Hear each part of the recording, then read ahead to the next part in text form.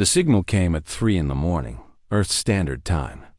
It traveled across 4,000 light-years of empty space before reaching the communication array orbiting Mars. The message was weak and broken, filled with static and desperate words in an alien language. Admiral Katie Vance was sleeping in her quarters aboard the USV Ironclad when her personal communicator began to buzz. She opened her eyes and stared at the ceiling for a moment before reaching for the device. The face of her communications officer appeared on the small screen. "Admiral, we have received a distress signal. It is from the Valari homeworld." Katie sat up in her bed. The Valari were a peaceful species that lived on the far edge of known space. They were small creatures with delicate bodies and wings like insects. The Galactic Council considered them a minor civilization, too weak to matter in the grand politics of the universe. "Send the signal to my ready room," Katie said. "I will be there in 5 minutes." She dressed quickly and walked through the quiet corridors of her ship. The Ironclad was a heavy battlecruiser, one of the largest vessels in the human fleet. It carried a crew of 800 men and women, all of them trained for combat in the most dangerous environments imaginable. The ready room was a small space next to the bridge. Katie entered and activated the main display screen. The distress signal played automatically, and she listened to the translated words with growing concern.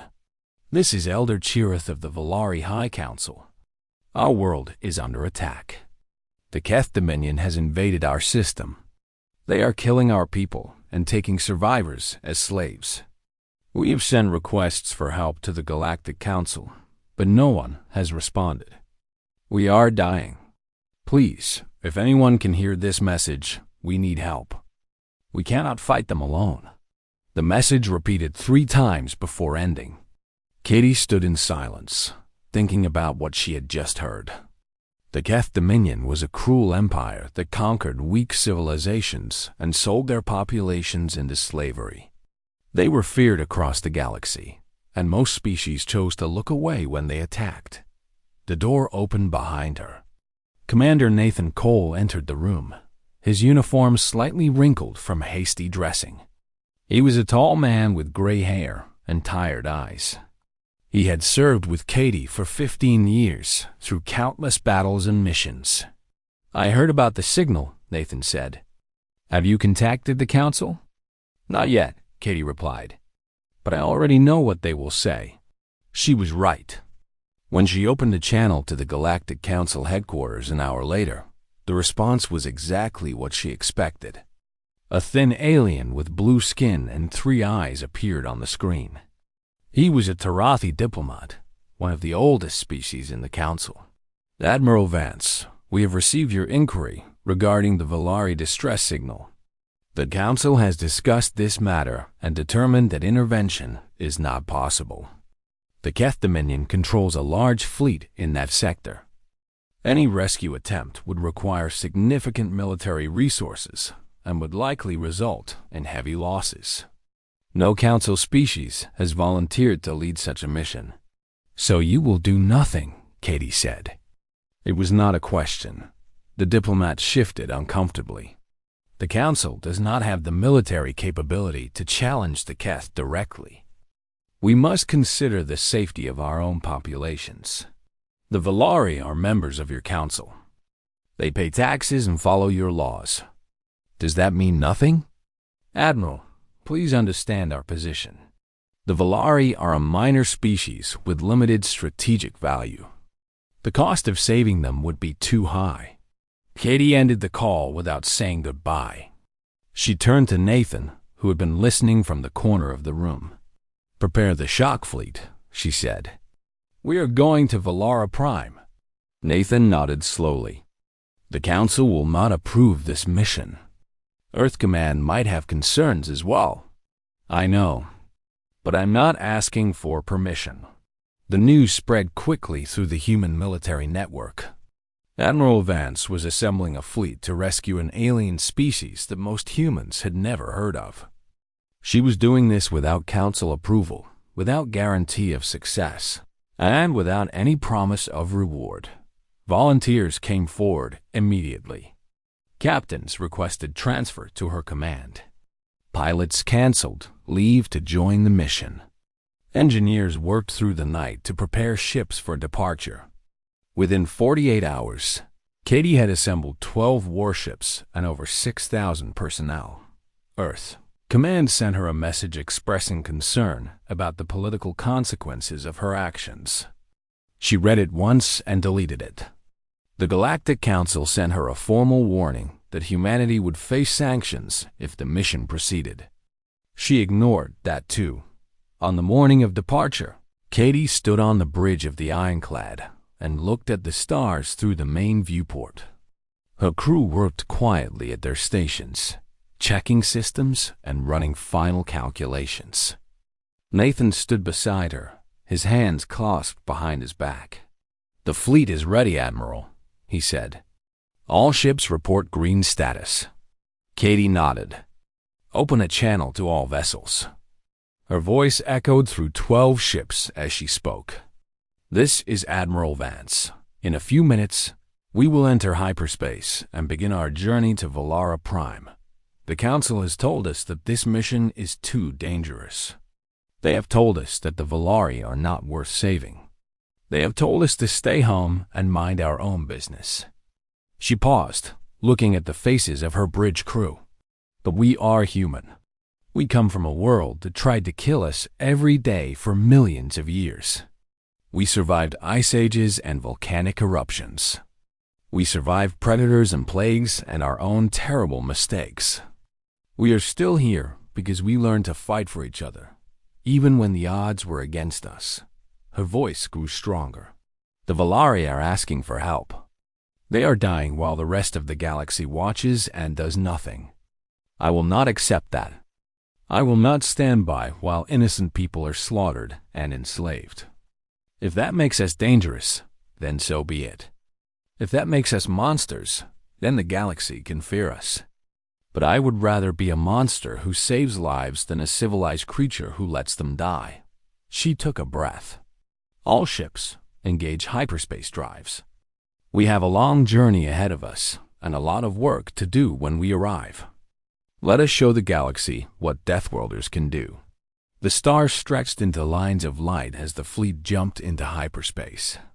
Behind them, the solar system grew small and distant. Ahead of them, 4,000 light years away, a dying species waited for help that had finally come.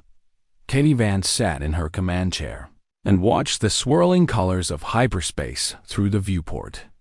She did not know what they would find at Valara Prime. She did not know how many of her people would die in the coming battle. But she knew, with absolute certainty, that she was doing the right thing. That was enough. The journey through hyperspace took 11 days. During that time, Admiral Katie Vance held daily briefings with her officers. They studied everything the human database contained about the Keth Dominion. They reviewed maps of the Valari system. They planned attack strategies and backup plans for the backup plans.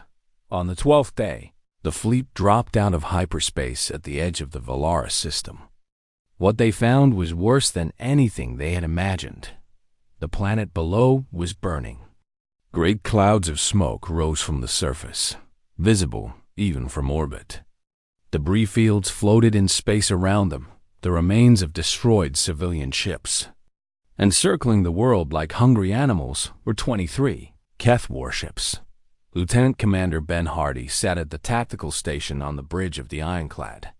His screens showed him everything he needed to know about the enemy fleet. "Admiral, I count 15 destroyers, 6 cruisers, and 2 heavy carriers. They have us outnumbered almost 2 to 1. Katie studied the display without expression. "What about their positions?" "They are spread out around the planet. It looks like they are running patrol routes, probably hunting for survivors trying to escape." Commander Nathan Cole stepped closer to the Admiral. "If we attack now, we can catch them by surprise. They are not expecting anyone to come." Katie shook her head. "We need to know what is happening on the surface first. If there are survivors, we need to reach them before the Keth figure out we are here. She turned to her communications officer. Send a tight beam signal to the surface. Use the same frequency as the original distress call. See if anyone responds. The signal went out and vanished into the chaos below. For several long minutes, there was only silence. Then, through the static and interference, a weak voice answered. This is Elder Chirith. Is someone there? Please, is someone there? Katie leaned forward in her chair. Elder Chirith, this is Admiral Katie Vance of the United Earth Fleet. We received your distress signal. We are here to help. The silence that followed lasted so long that Katie thought the connection had failed. Then she heard a sound that needed no translation. It was the sound of crying. You came, Chirith whispered. After all this time, someone actually came. We came, Katie confirmed. Now tell me what you need. The situation on the ground was desperate. The Keth had landed troops across the planet 2 months ago. They had destroyed every major city and killed millions of Valari in the first week. The survivors had fled underground, hiding in tunnels and caves and anywhere else they could find. The Keth hunted them constantly, dragging captives back to their ships for transport to the slave markets.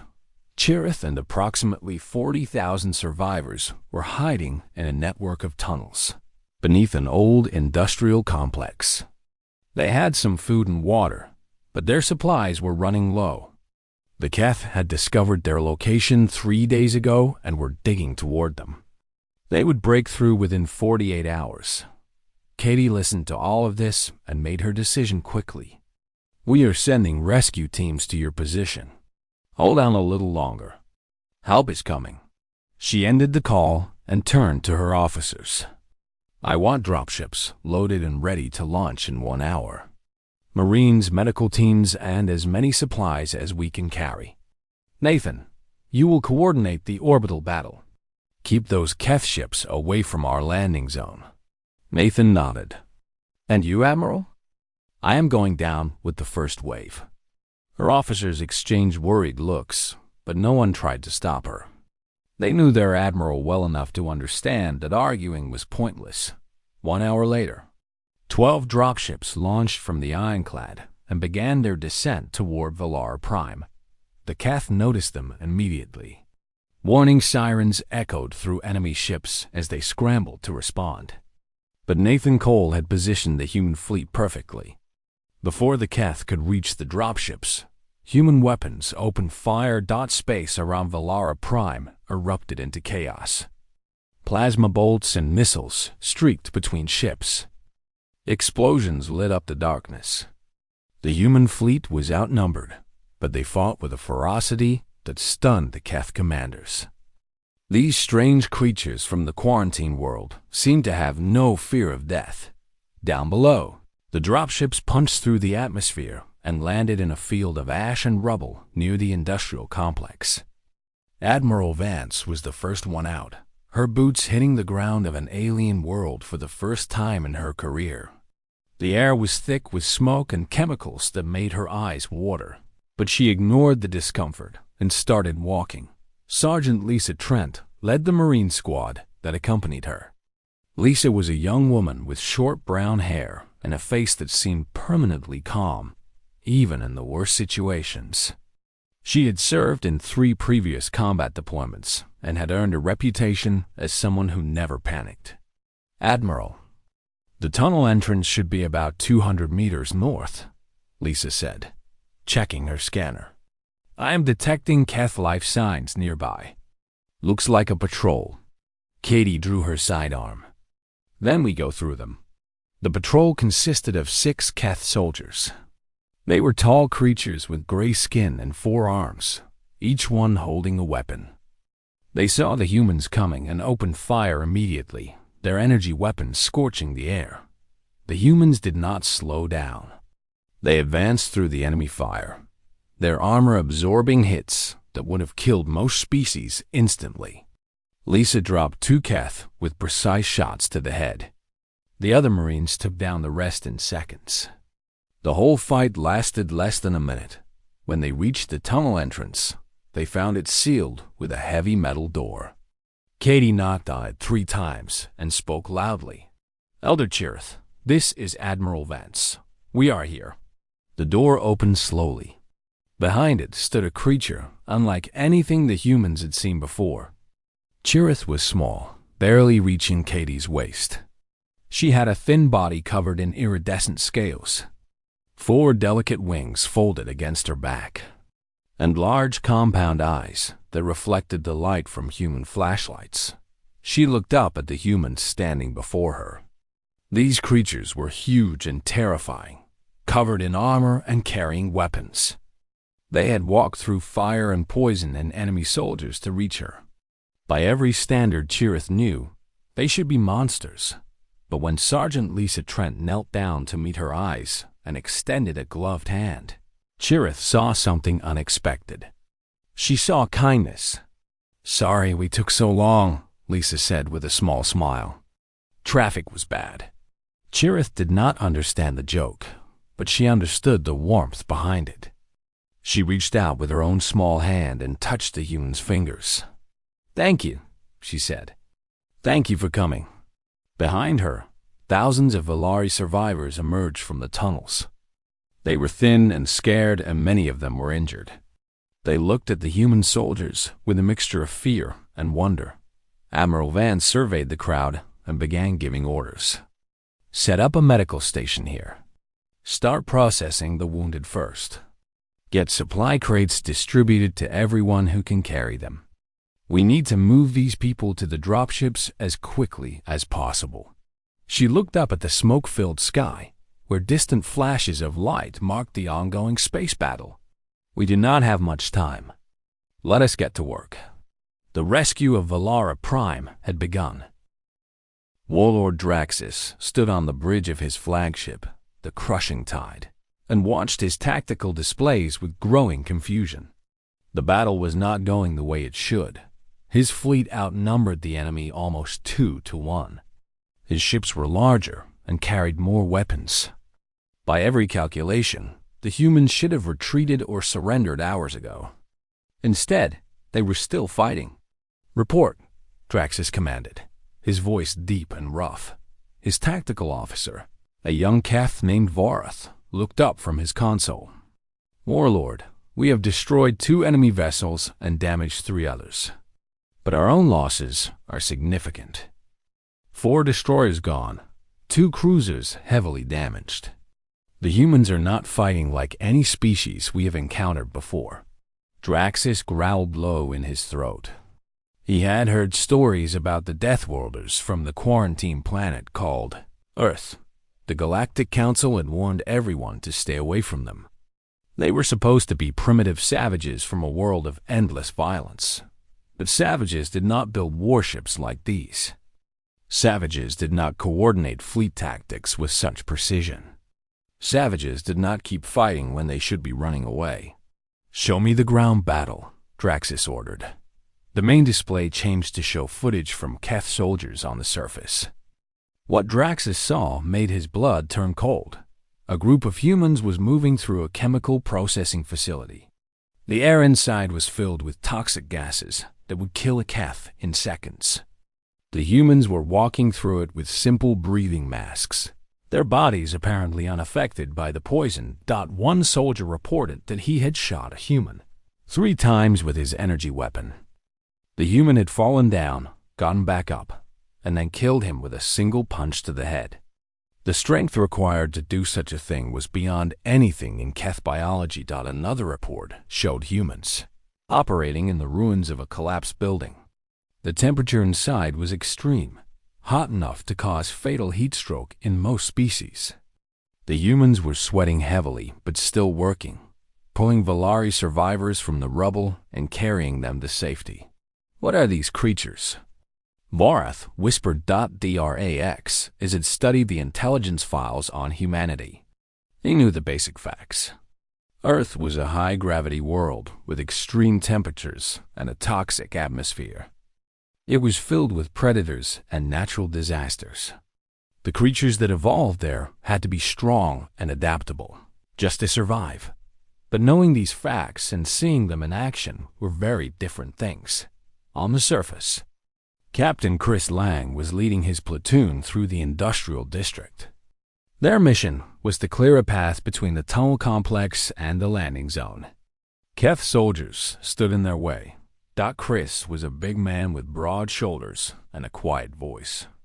He did not like to talk much, but he was very good at his job. He had been fighting since he was 18 years old, first on Earth and then on a dozen different worlds. Nothing scared him anymore. "Contact ahead," his point man reported. 20 Keth, fortified position. Chris studied the enemy through his scope. They were dug in behind barricades, covering the only road wide enough for the evacuation vehicles. Going around would take too long. Going through would be bloody. Options? He asked his sergeant. Sergeant Pete Morrison scratched his chin. "We could flank them through that factory on the left. The Keth probably did not enter it. Air quality in there is pretty bad." Chris checked his environmental scanner. The factory was filled with chlorine gas at levels that would cause permanent lung damage in most species. For humans, it would be uncomfortable but survivable. "Good enough," Chris said. "First squad with me through the factory. Second squad keeps them busy from the front." They moved quickly. Second squad opened fire on the Keth position, drawing their attention. Meanwhile, Chris led first squad into the abandoned factory. The chlorine burned his eyes and throat, but he pushed forward. His soldiers followed without hesitation. They emerged behind the Keth barricade like ghosts from a nightmare. The enemy soldiers turned to face them, shock visible in their body language. They had assumed the factory was impassable. The fight was short and brutal. Human soldiers at close range were devastating. They were stronger, faster, and far more aggressive than Keth troops.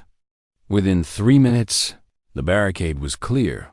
Chris stepped over the bodies and waved for the evacuation vehicles to proceed. His eyes were red and watering from the chlorine exposure. He would need medical treatment later. But for now, there was more work to do. Back in orbit, Warlord Draxus received report after report of similar incidents. Humans surviving conditions that should have killed them. Humans fighting through injuries that would have disabled Keth warriors. Humans doing things that seemed physically impossible. "Warlord," Vorath said carefully, "perhaps we should reconsider our position. These creatures are not like anything in our experience. The cost of defeating them may be higher than the value of the Valari slaves." Draxus turned to look at his officer. In the Keth Dominion, suggesting retreat was often punished with death.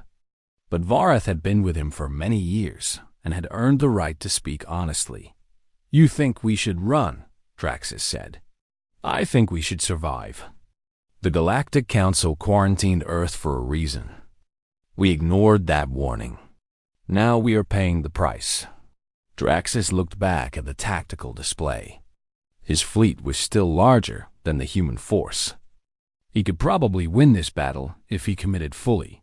But how many ships would he lose? How many soldiers would die? And what would happen when Earth learned that the Keth had killed their people? The Deathworlders did not forget. They did not forgive.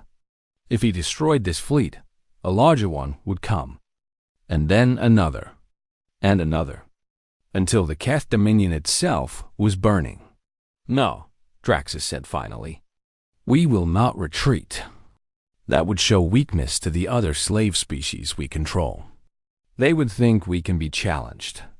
He straightened his posture and made his decision. "Send reinforcements. Contact the home fleet and request the Annihilator. If the humans want to fight, we will give them one they will never forget." The message went out across the stars. 3 days later, a massive shadow emerged from hyperspace at the edge of the system. It was a dreadnought, the largest warship the Keth had ever built. Its hull was covered in weapons. Its engines glowed with terrible power.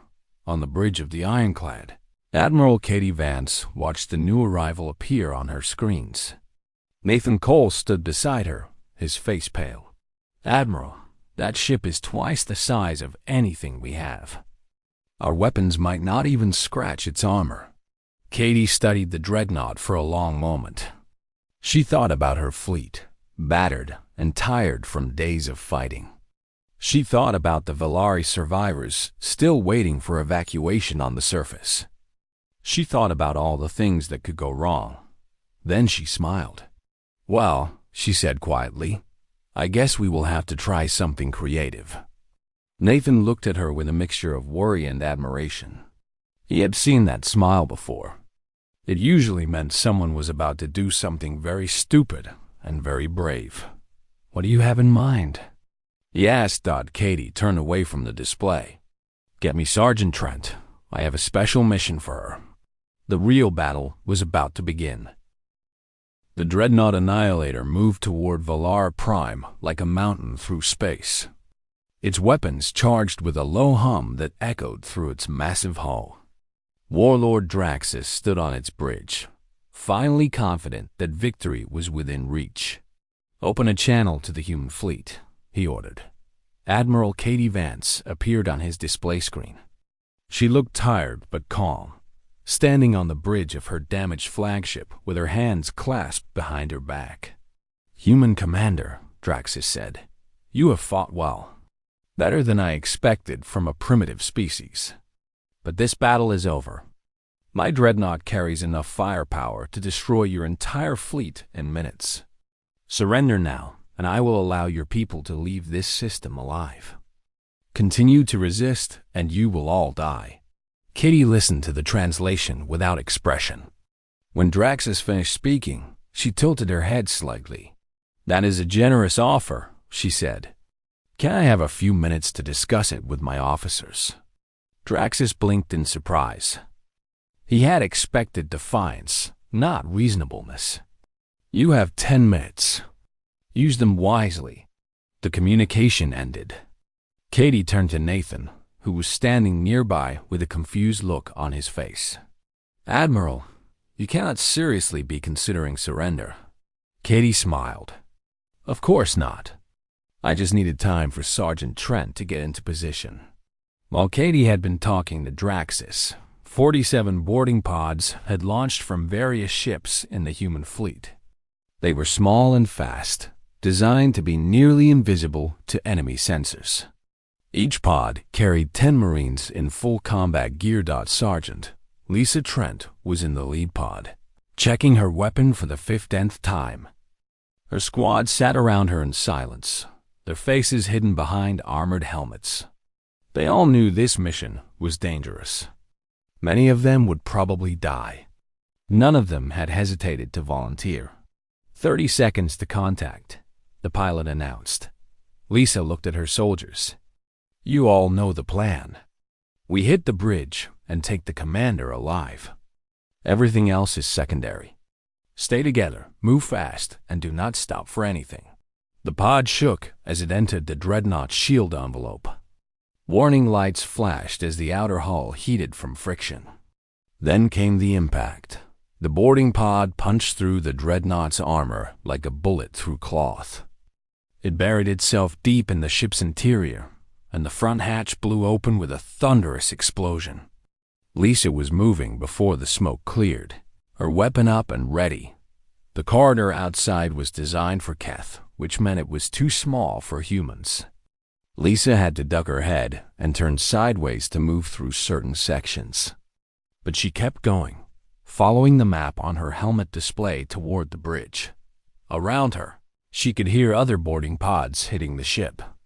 Explosions echoed through the hull. Alarms screamed in the alien language of the Keth. The invasion had begun. On the bridge, Warlord Draxus received the first reports of the attack with disbelief. "Boarding parties? They are boarding us? That is insane. No sane species would try to board a dreadnought during combat." "A warlord," his tactical officer said frantically. "They have breached the hull in 47 locations. They are spreading throughout the ship. Our security teams are engaging, but they cannot stop them." Draxus watched the internal sensors with growing horror. The humans were moving through his ship like a disease, fighting through every obstacle in their path. They climbed through maintenance shafts that were too narrow for Keth bodies.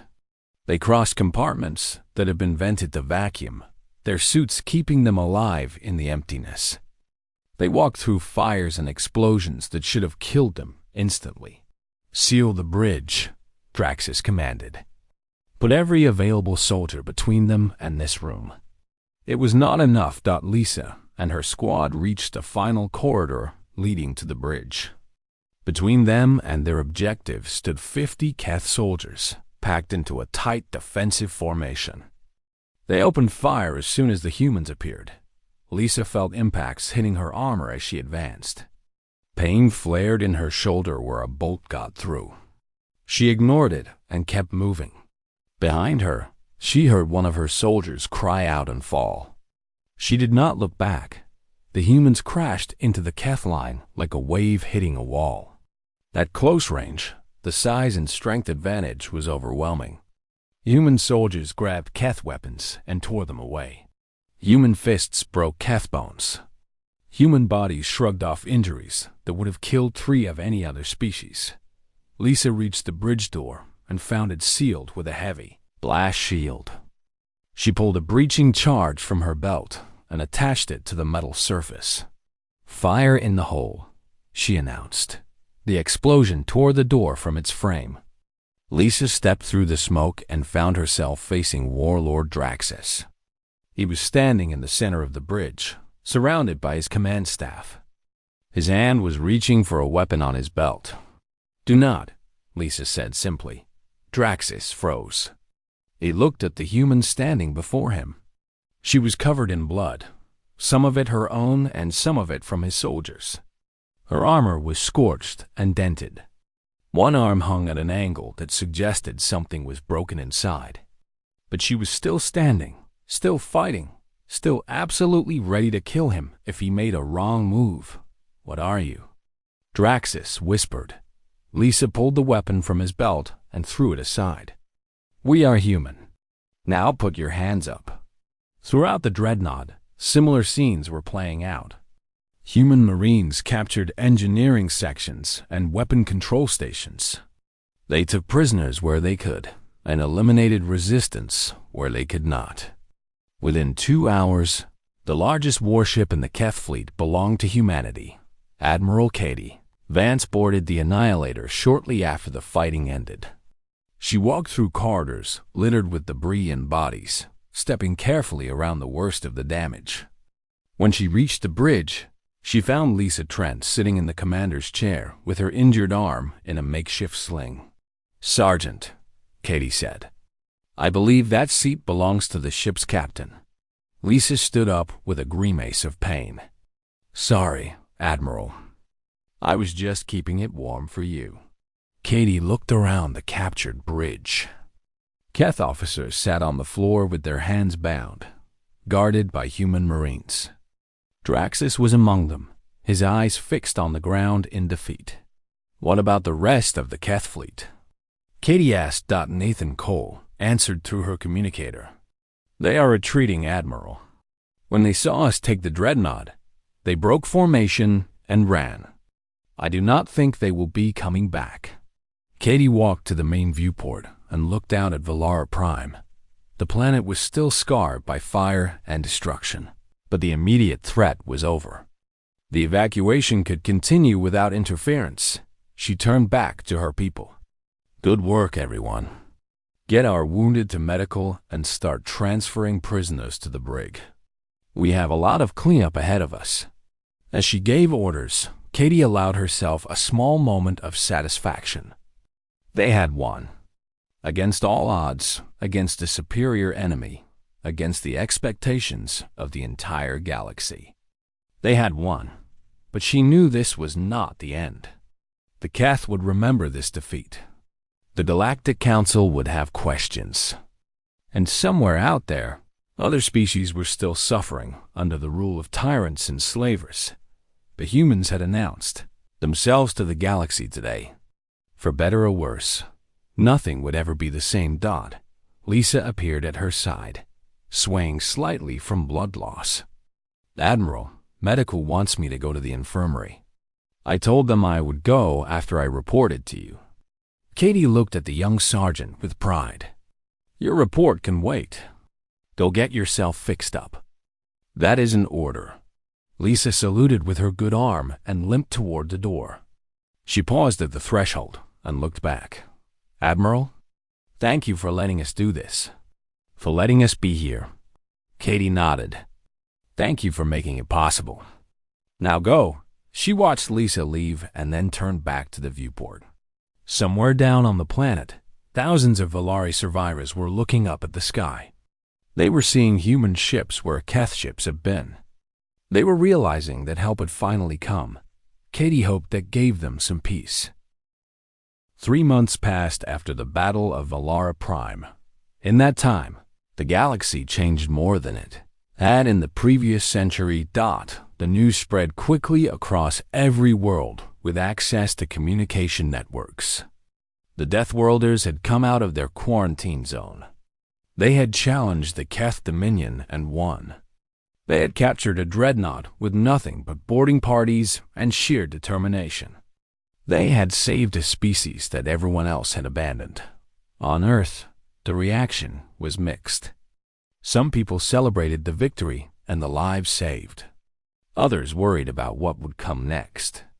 Politicians argued about whether Admiral Vance should be praised or punished for acting without authorization. In the end, they gave her a medal and told her to be more careful in the future. Katie did not care much about the politics. She was too busy dealing with the aftermath of her decision. The Valari were rebuilding their world with human assistance. Engineers from Earth helped construct new cities. Doctors treated survivors who were still recovering from injuries and trauma. Cargo ships brought supplies and equipment to replace what had been destroyed. The process would take years, maybe decades. But it had begun. Elder Cherith traveled to the Galactic Council headquarters to address the assembly. She was the first Valari to speak there since the invasion began. And the chamber was packed with representatives from hundreds of species. Katie watched the broadcast from her quarters aboard the Ironclad, which was undergoing repairs at a station orbiting Valara Prime. Nathan Cole sat beside her, holding a cup of coffee that had gone cold. On the screen, Cherith stood at the speaker's podium, her small form barely visible above the massive desk. Her voice was translated into a dozen languages and broadcast across the galaxy. 3 months ago, my people were dying. We sent messages to this council begging for help. We asked you to honor the treaties we had signed and the commitments you had made. You refused. You told us that saving us was too expensive, too dangerous, too difficult. She paused, her compound eyes sweeping across the assembled delegates. Then the humans came. They did not ask about cost or danger or difficulty. They did not calculate whether we were worth saving. They simply heard our cry for help and they answered it. They fought for us. They bled for us. They died for us. Not because they had to, but because they believed it was right. The chamber was silent.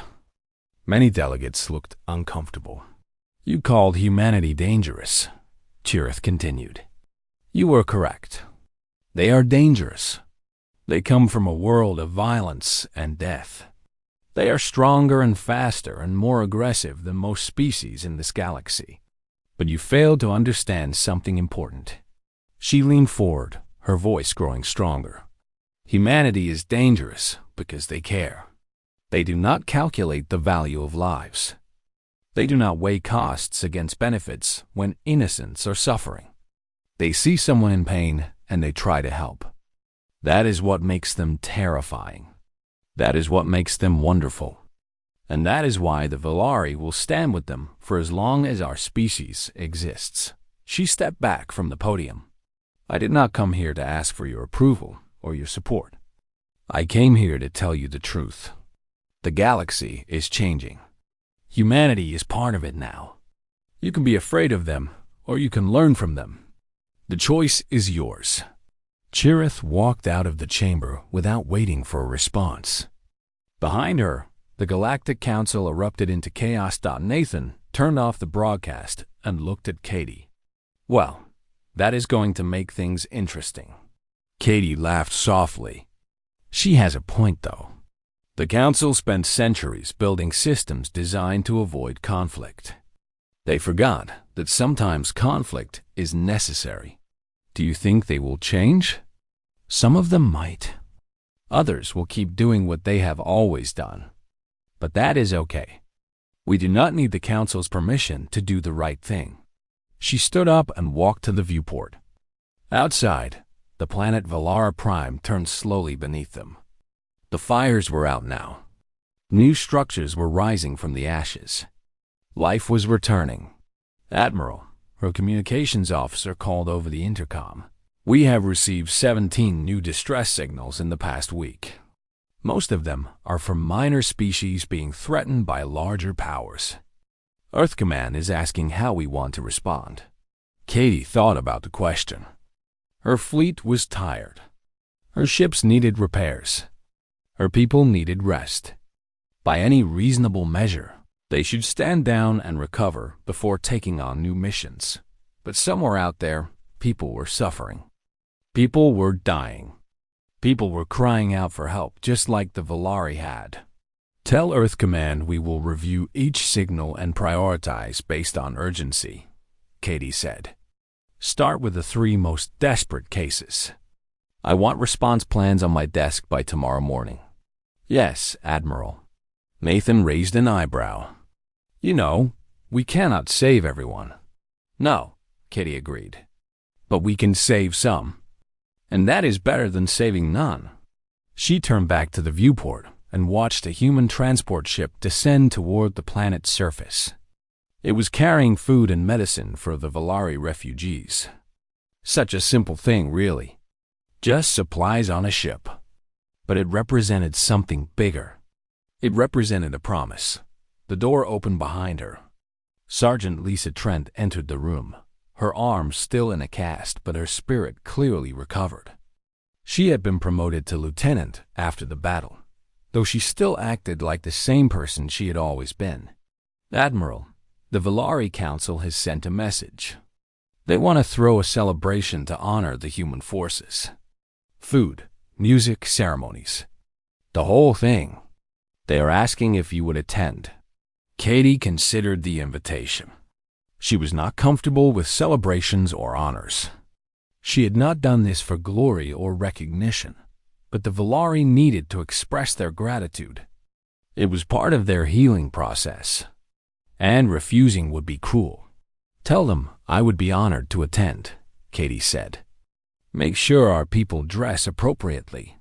We are representing all of humanity now. Lisa nodded and started to leave, then stopped at the door. Admiral, can I ask you something? Of course. When you decided to come here, when you went against the Council and Earth Command, were you scared?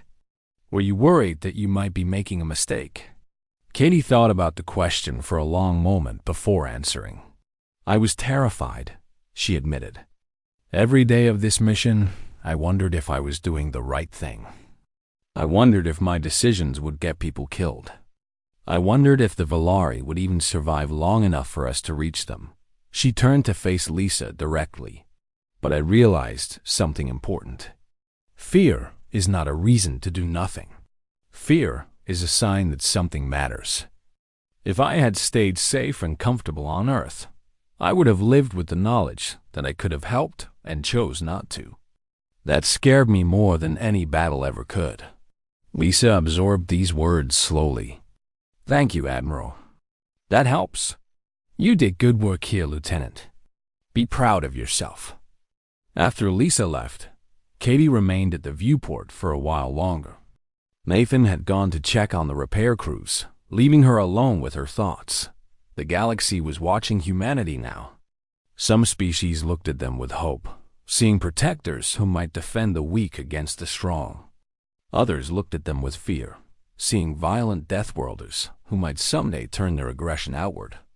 Both perspectives had some truth to them. Katie knew that the coming years would be difficult.